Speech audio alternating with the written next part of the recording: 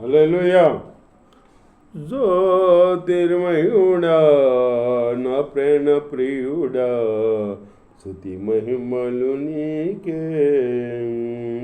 జ్యోతిర్మయుడా నా ప్రేమ ప్రియుడా, స్తుతి మహిమలు నీకే.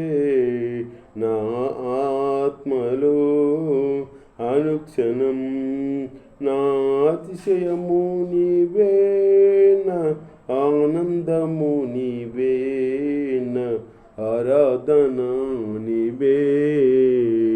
నా అతిశయము నీవే, నా ఆనందము నీవే, నా ఆరాధన నీవే. జ్యోతిర్మయుడా నా ప్రాణ ప్రియుడా, స్తుతి మహిమలు నీకే. నా పరలోకపు తండ్రి వ్యవసాయకుడా, నా పరలోకపు తండ్రి వ్యవసాయకుడా, నీ తోటలోని ద్రాక్షవల్లితో నన్ను అంటుకాటి స్థిరపరచావా. నీ తోటలోని ద్రాక్షవల్లితో నన్ను అంటుకాటి స్థిరపరచావా. జ్యోతిర్మయుడా నా ప్రేమ ప్రియుడా, స్తుతి మహిమలు నీకే. జ్యోతిర్మయుడా నా ప్రేమ ప్రియుడా, స్తుతి మహిమలు నీకే. నా పరలోకపు తండ్రి నా మంచి కుమ్మరి, నా పరలోకపు తండ్రి నా మంచి కుమ్మరి, నీకిష్టమైన పాత్రలు చేయ నన్ను విసిరేయక సారెపై ఉంచావా. నీకిష్టమైన పాత్రలు చేయ నన్ను విసిరేయక సారిపై ఉంచావా. జ్యోతిర్మయుడా నా ప్రేమ ప్రియుడా, స్తుతి మహిమలు నీకే. నా తండ్రి కుమార పరిశుద్ధాత్ముడా, నా తండ్రి కుమార పరిశుద్ధాత్ముడా, త్రేక దేవ ఆది సంభూతుడా, నిన్ను నేమని ఆరాధించదా. త్రేక దేవ ఆది సంభూతుడా, నిన్ను నేనేమని ఆరాధించదా. జ్యోతిర్మయుడా నా ప్రేమ ప్రియుడా, స్తుతి మహిమలు నీకే. హల్లెలూయా. దేవుడి స్తోత్రం. మీ అందరికీ వందనాలు. దేవుడి మాట్లాడిందాం. సొలొమోను ఎంతో భక్తిగా ఉండి చివరికి వచ్చేటప్పటికి దేవుడి భక్తి నుంచి తొలగిపోయినట్టు బైబిల్లో ఉంది. వృద్ధాప్యంలోకి వచ్చేటప్పటికి, వృద్ధాప్యంలోకి వచ్చి సొలొమోను యాత్ర సాధించినాక అప్పుడు వాళ్ళ కుమారుడు రెహబాము రాజు అయ్యాడనమాట. రెహబాము రాజు అయితే ఇశ్రాయేలు పెద్దలందరూ వచ్చి రాజు అయ్యాడు కదా, రాజుని కోరుకున్నారన్నమాట. ఏమని, నీ తండ్రి మమ్మల్ని కాడు బరువు చేశాడో అది తేలిక చేస్తా అంటే నీకు మేము ప్రజలుగా ఉంటాం, నువ్వు మాకు రాజుగా ఉంటావు అని అడిగితే ఈ రెహబాము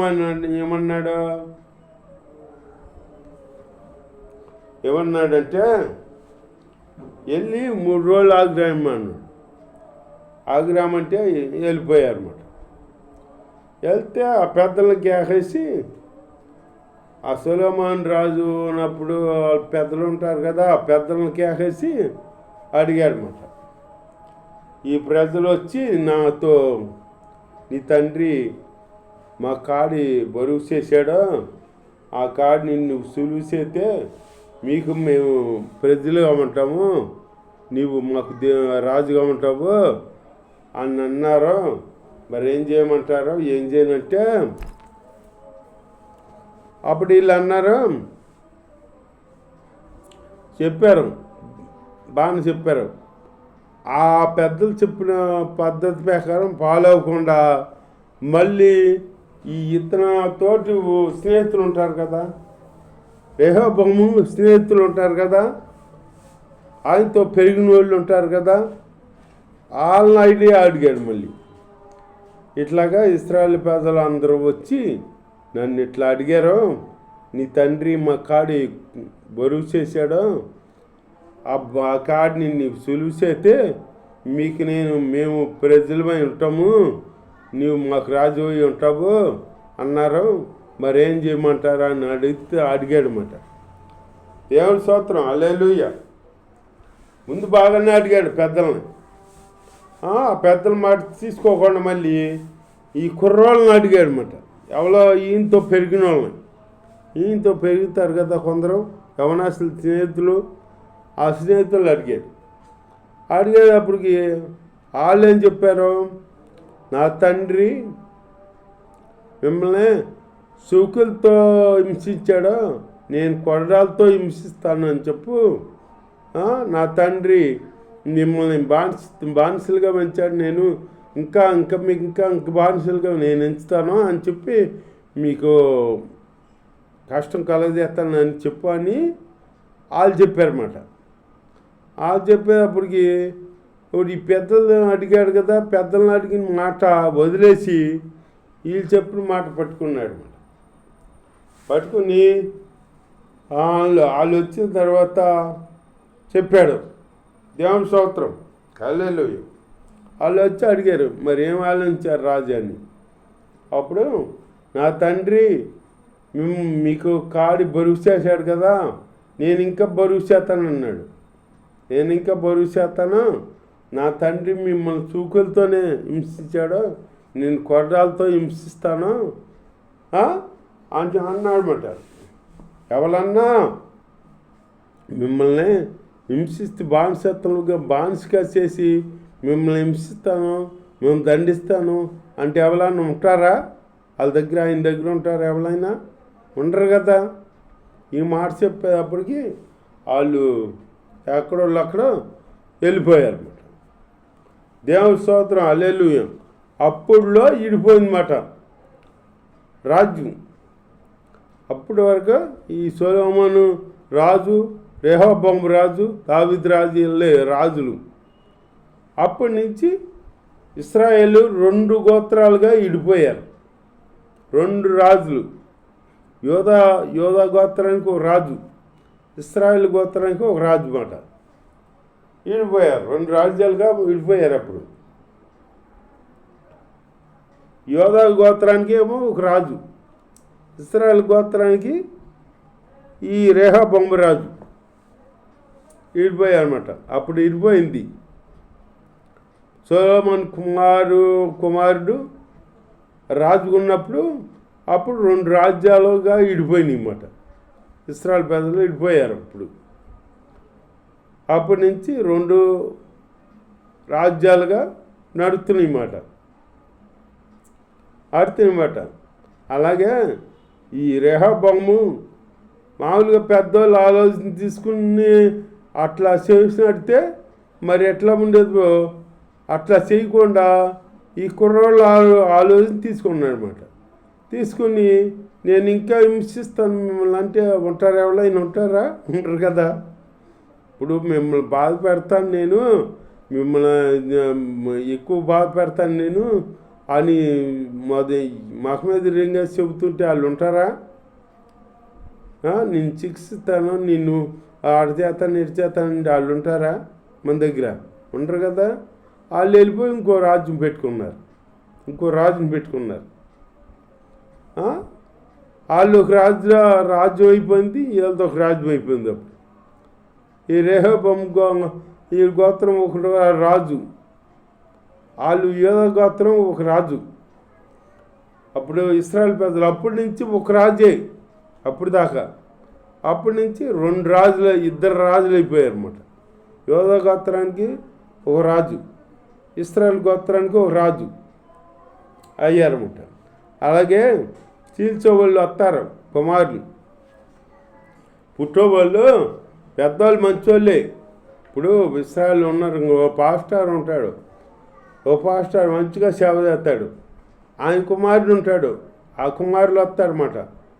ఆ కుమారులు ఏం చేస్తారు, సంఘాన్ని ఇంకా కష్టపెడతారు, రొట్టె పెడతారన్నమాట. వాళ్ళు పాస్టర్ కోడు, కానీ మనం పాస్టర్ మీద అవమానం చేత ఆ చర్చికి వెళ్తూ ఉంటాం మనం. వీళ్ళేమో ఇంకా రొట్టె పెడతా ఉంటారు, ఇబ్బంది పెడతా ఉంటారు అన్నమాట. అట్లాగే ఒక్కొక్కరు ఉంటారు, ఒక్కొక్కరు వచ్చేటప్పటికి రెండుగా సీలిపోతాయి అంటారు చూడు. అట్లాగే రెహోబోము వచ్చేటప్పటికి రెండుగా సీలిపోయింది అన్నమాట. 2 గోత్రాలుగా సీలిపోయారన్నమాట. యోధా గోత్రానికి ఒక రాజు, ఇశ్రాయేలు గోత్రానికి ఒక రాజు అయిపోయారన్నమాట. దేవుడి స్తోత్రం. అలాగే మనం సీల్చే బిడ్డలుగా ఉండకూడదు, మనం ఒకటిగా ఉండాలి, అందరం ప్రేమ కలిగి ఉండాలి, సమాధానంలో ఉండాలి, అందరం ఒకలాగా ప్రేమిస్తూ ఒక ఇదిగా ఉండాలి మనం. అంతేగాని సీల్చే బిడ్డలుగా ఉండకూడదు, సీలిపోయే బిడ్డలుగా ఉండకూడదు. ఇప్పుడు ఏలీ ఉన్నాడు, ఏలియారు కాదు, ఏలి దైవజనుడు ఉన్నాడు. ఆయనకి ఇద్దరు కొడుకులు.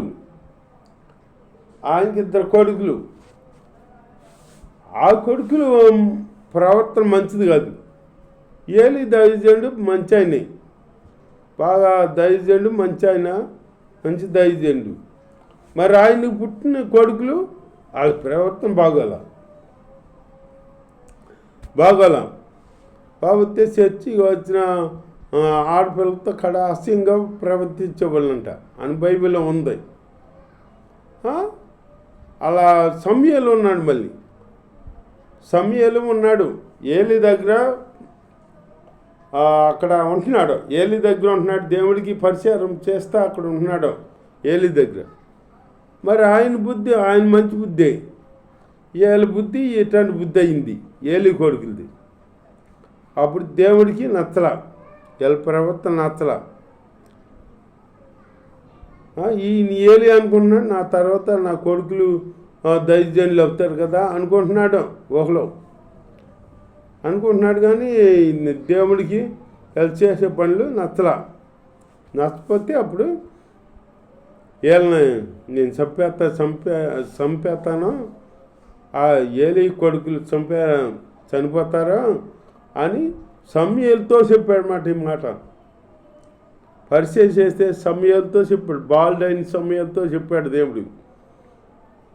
అట్లాగే మనల్ని చెడ్డ బాలను ఉంచడు, చెడ్డ బాలు అయితే తీసివస్తాడు. మనం మంచిగా ఉన్నామనుకో మనల్ని వండుతాడనమాట. సమూయేలు మరి బాలుడైన మంచిగా పరిచయం చేస్తూ మంచిగా ఉంటుంటే అప్పుడు సమూయేలుతో మాట్లాడాడంట దేవుడు. ఇప్పుడు అంతకితం అసలు దేవుడు మాట్లాడేవాడు కాదంట అందరితో, మనుషులతో. అప్పుడు సమూయేలుతో మాట్లాడాడంట, బాలుడైన సమూయేలు అని మాట్లాడితే ఎవరో మాట్లాడింది అని తెలియక ఏలి దగ్గరికి వెళ్ళి అడిగాడంట, నన్ను పిలిచావా దైవజనుడు అంటే నేను పిలవలేదని. అట్లా 3 సార్లు జరిగినాక 3వసారి అన్నాడంట, ఏలి అన్నాడంట, దేవుడు మాట్లాడుతున్నాడు కోసం మీతో ఈ కుర్రాడితో అని చెప్పి, ఈసారి ఎవరైనా మా పిలిస్తే నీ దాసుడు ఆలకిస్తున్నాడో నువ్వు సెలవు ఇమ్మని అడుగుమన్నాడు. అప్పుడు వెళ్ళి పడుకుంటే మంచం దగ్గర మళ్ళీ పిలిచాడనమాట, సమూయేలు అని పిలిస్తే అప్పుడు నీ దాసుడు ఆలకిస్తున్నాడో చెప్పు, సెలవు అంటే అప్పుడు చెప్పాడనమాట. ఇదంతా ఏలి కుమారులు ఇదంతా గురించి చెప్పాడనమాట. అట్లాగే ఆయనలో మంచిగా ఉంటే మంచిగా మనం ఉంటాం, అదే చెడ్డగా ఉంటే దేవుడు తీసేస్తాడు, చెడ్డవాళ్ళని తీసేస్తాడు, ఉంచడం. ఏరేస్తాడు, పురుగులు ఏరేసినట్టు ఏరేస్తాడు అనమాట. మన దేవుడు ఎవరో పరిశుద్ధుడు, మనం కాడ పరిశుద్ధం కలిగి ఉండి ఆయన వెంబడించాలి. అలాంటి జీవితం దేవుడు మనకు అనుగ్రహించుగాక. దేవుడి వాక్యం దీవించుగాక. ఆమేన్.